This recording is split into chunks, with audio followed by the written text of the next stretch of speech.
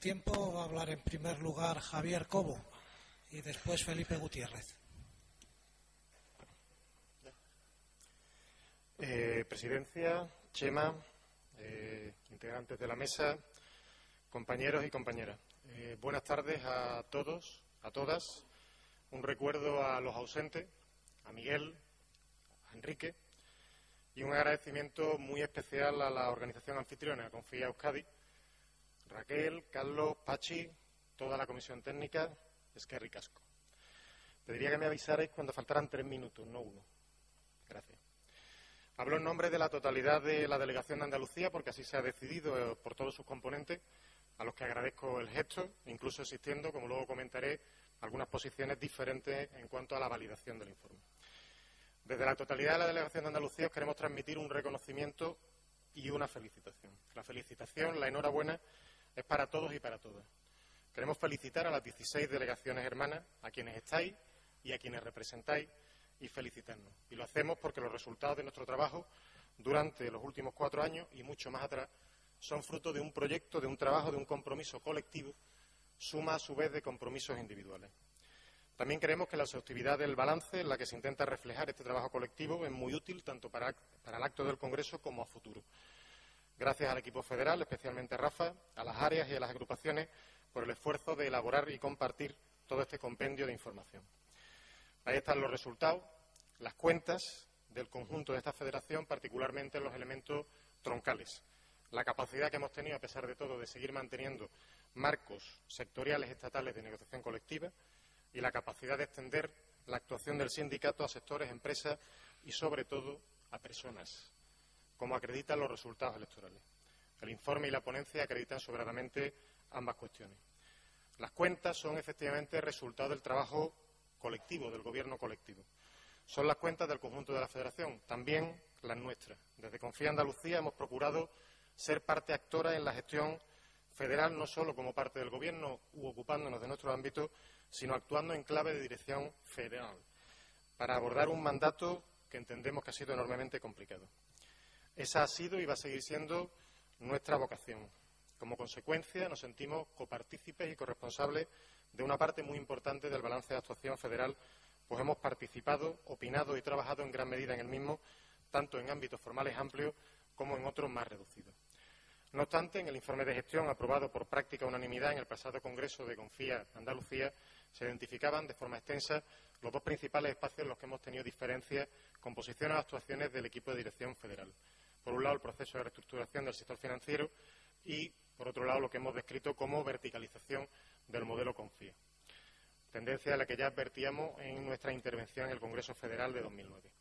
Lo relativo al proceso de reestructuración del sector financiero hemos aportado, creemos, de forma permanente durante los 4 años, criterios, propuestas, soporte técnico e implicación en forma de trabajo, desde un amplio documento propositivo a finales de 2009, que pretendía servir como base para un debate sobre nuestra estrategia federal ante la amenaza de reconversión del sector de ahorro, hasta una profunda implicación en el plan de actuación federal en el sector financiero que se desarrolló desde octubre de 2011 hasta febrero de 2012, pasando por nuestra implicación en la negociación de los convenios sectoriales y muchos de los acuerdos laborales. Sin embargo, a pesar de nuestra vocación de implicarnos y trabajar en clave de dirección federal, no podemos sentirnos plenamente copartícipes de la estrategia federal desarrollada durante todo el proceso de reestructuración o en todas las fases del proceso, desde el momento en que como federación en su conjunto no hemos dispuesto de ámbitos estables para la toma de decisiones estratégicas y la gestión compartida del proceso, con la participación de las principales federaciones, agrupaciones y secciones sindicales. Una carencia en la que pensamos hemos venido insistiendo desde Confía Andalucía y que ha acabado por poner en riesgo la cohesión interna en momentos clave, entre los que hay que mencionar expresamente 2. Por un lado, la comparecencia en prensa de la Dirección Federal de primavera de 2010, que fue interpretada por todos los medios en el sentido de que el sindicato abría las puertas a la entrada de capital privado con derechos políticos, y, por otro lado, la decisión de firma de la Dirección Federal en mayo de 2012 de un acuerdo laboral de reestructuración contra la opinión de la sección sindical representativa del colectivo afectado, que era una de las 10 principales secciones sindicales en el ámbito federal, con independencia de que dicha decisión de firma fuese ratificada a posteriori con la Ejecutiva Federal. Creemos poder afirmar que, de haberse atendido planteamientos concretos sustentados de Confía Andalucía, expresados antes de dichos episodios, mediante determinados documentos no se habría tensionado hasta tal punto la cohesión interna y la construcción de decisiones estratégicas se habría producido con la necesaria participación del conjunto de la Federación. Quedan preguntas sin respuesta y yo no tengo tampoco la respuesta. Si fue un error que apostásemos proactivamente por una capitalización privada de las cajas, cuando el tiempo ha demostrado que el camino adecuado debería haber sido el de la capitalización pública de las entidades con dificultades, o si hubiéramos podido conciliar más la defensa de las plantillas con la defensa de la propiedad social de la mitad del sector financiero. Mal haríamos, a nuestro juicio, si intentásemos respondernos a esa pregunta pensando que la ola era de tal magnitud que hubiese dado lo mismo lo que hiciéramos, o limitando nuestro análisis a cómo hemos conseguido gestionar de forma no traumática la primera fase de destrucción del empleo, siendo hecho muy importante.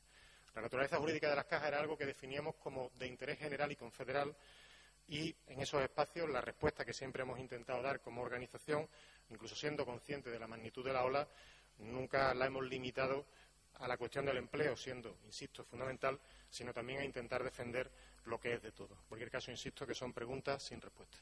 En cuanto al modelo Confía, que era el segundo de los espacios, lo que planteaba que había habido determinadas diferencias y dos circunstancias que a nuestro juicio han sometido a tensión los equilibrios del modelo. Por un lado, el debilitamiento del papel político de las federaciones territoriales, algo que no es exclusivo de nuestra federación, y por otro lado, una cierta dilución del papel político que cumplían las agrupaciones del sector financiero, especialmente ahorro, también por circunstancias, ¿no?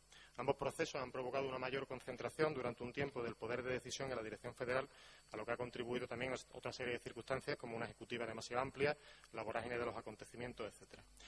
Y además ha habido siempre percepciones diferentes, al menos desde Confía Andalucía, en cuanto a lo que es el modelo Confía.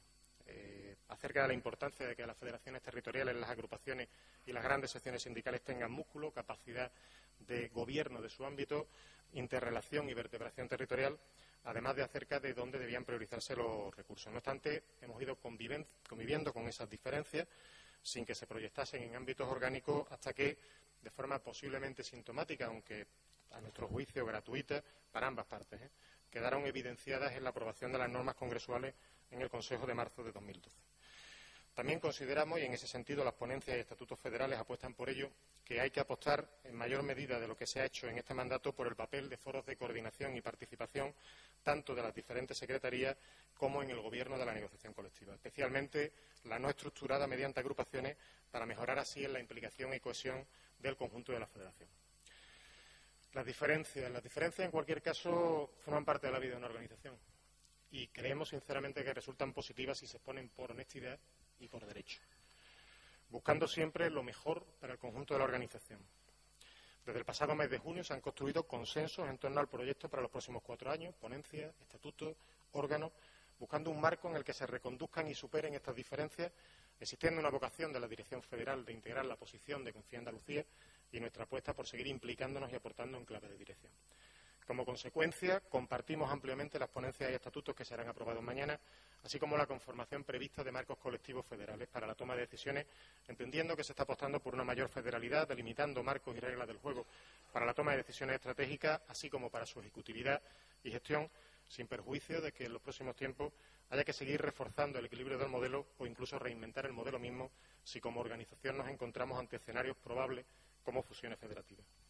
Desde la Delegación de Andalucía creemos sinceramente que los tiempos exigen responder con la mayor cohesión interna posible a la situación que vive y que va a vivir la gente a la que representamos, para intentar que el conjunto del sindicato a nivel federal y confederal siga siendo útil para la defensa de sus intereses. Esa es nuestra apuesta y valoramos que la apuesta de la Dirección Federal haya sido la misma: recuperar la cohesión interna buscando el encuentro y el consenso más amplios posible.